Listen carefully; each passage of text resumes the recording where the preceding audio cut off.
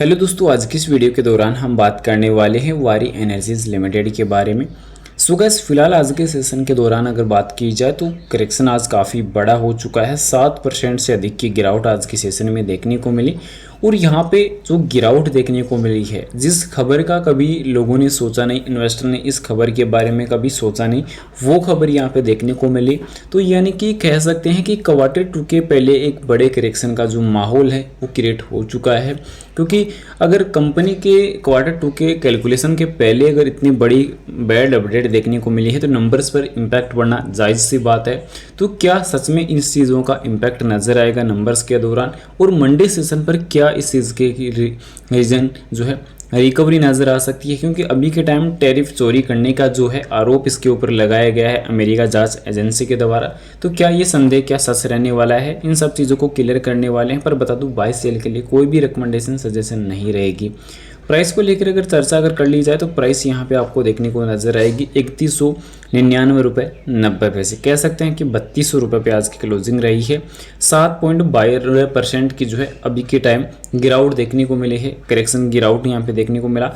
पर वहीं पिछले 5 सेशन में भी अगर देखा जाए तो 8% की गिरावट ऑलरेडी अब हो चुकी है टोटली। तो अभी जहां खबरें निकल के आ रही कि अमेरिका ने वारी एनर्जीज पर टैरिफ चोरी करने का आरोप लगाया है, इधर कंपनी की स्टॉक हुए धड़ाम, क्योंकि सोलर कंपनी द्वारा एनर्जीज की मुश्किलें बढ़ गई है। और दोस्तों, इस खबर के बाद यहाँ पे मार्केट में जो इस कंपनी के शेयर हैं वो काफ़ी ज़्यादा धड़ाम हो चुके हैं, क्योंकि आज इसका असर देखने को मिल चुका है। क्योंकि अमेरिकी कस्टम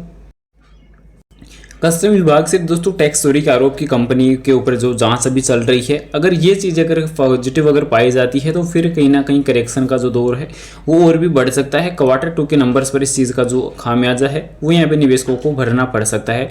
क्योंकि यहाँ पे देख सकते हैं कि वारी एनर्जी से जुड़ी बड़ी खबर सामने आ रही है कि कंपनी के खिलाफ अमेरिकी कस्टम विभाग ने सोलर चोरी के आरोप में जांच शुरू कर दी है। अमेरिकी कस्टम अधिकारियों के मुताबिक कंपनी ने टैक्स से बचने के लिए चीन में बने सेल और पैनल पर मेड इन इंडिया का टैग लगाकर अमेरिका में बेचा है। चूंकि चीनी डंपिंग को रोकने में अमेरिका सशक्त है, साथ ही अब जो गाज है कंपनी के ऊपर वो ऑलरेडी करेक्शन की गिर चुकी है। और इस खबर का असर वारी के शेयरों पर देखा भी जा रहा है, क्योंकि खबर लिखे जाने तक कंपनी के शेयर 6% से अधिक ज़्यादा टूट चुके थे।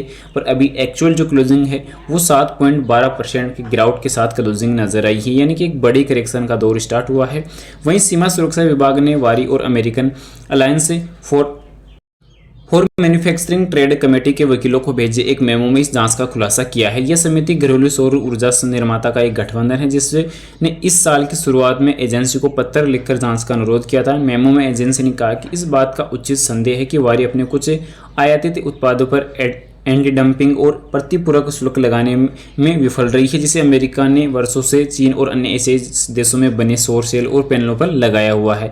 तो इस खबर के बाद मार्केट में जो है अफरा तफरी का जो माहौल है वो बन चुका है, क्योंकि लास्ट टाइम ही अमेरिका एवं उनके मैन्युफैक्चरिंग बढ़ाने का अहम हिस्सा था। कंपनी वारी सोलर अमेरिका के पास टेक्सास में 1.6 गीगावाट का सौर मॉड्यूल बनाने का प्लांट है और इसे 3.2 गीगावाट तक बढ़ाया जा रहा है। हाल ही में अमेरिकी कंपनी ने मेयर बर्गर यूएस के प्रॉपर्टी खरीदी है ताकि अमेरिका में मैन्युफैक्चरिंग को और बढ़ाया जा सके।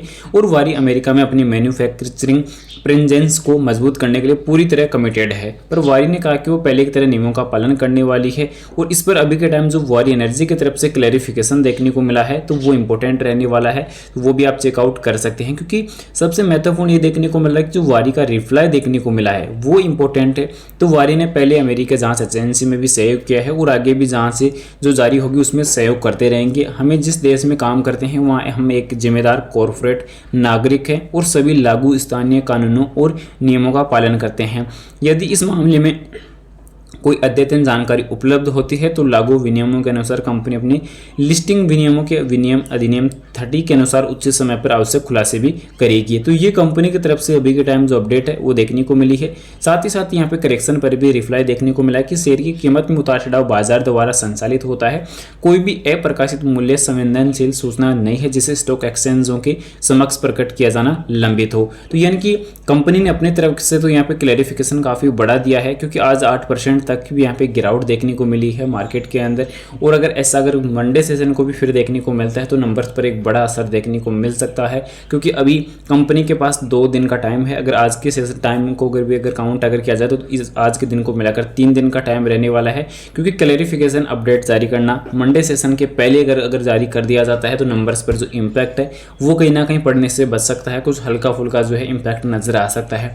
बाकी जितनी गिरावट आज देखने को मिली है तो वो काफ़ी बड़ा इम्पैक्ट अभी के टाइम तक तो देखने को मिल रहा है। बाकी नंबर्स क्या जो है उम्मीदें जो है डिविडेंड बोनस से रिलेटेड, तो वो अब इस खबर के बाद कहीं ना कहीं जो है उम्मीदों पे पानी फिरता हुआ नजर आ सकता है, क्योंकि कंपनी को जो लास्ट टाइम अमेरिका के अंदर जो प्रोजेक्ट वगैरह मिले थे तो उन पर भी कहीं ना कहीं जो है अब अड़चने आने का जो टाइम है वो देखने को मिल सकता है। अड़चन आने का जो शुरुआत है वो यहाँ पे हो सकती है। तो यहाँ पे पेशेंस अब कहीं ना कहीं इंपॉर्टेंट रहने वाले हैं, जहाँ पे कह सकते थे कि जो शॉर्ट टर्म के नज़रिए से जिन्होंने यहाँ पे इसमें काफ़ी अपना भविष्य देखा था तो उनके ऊपर एक बार फिर से पानी फिरता हुआ नजर आ सकता है।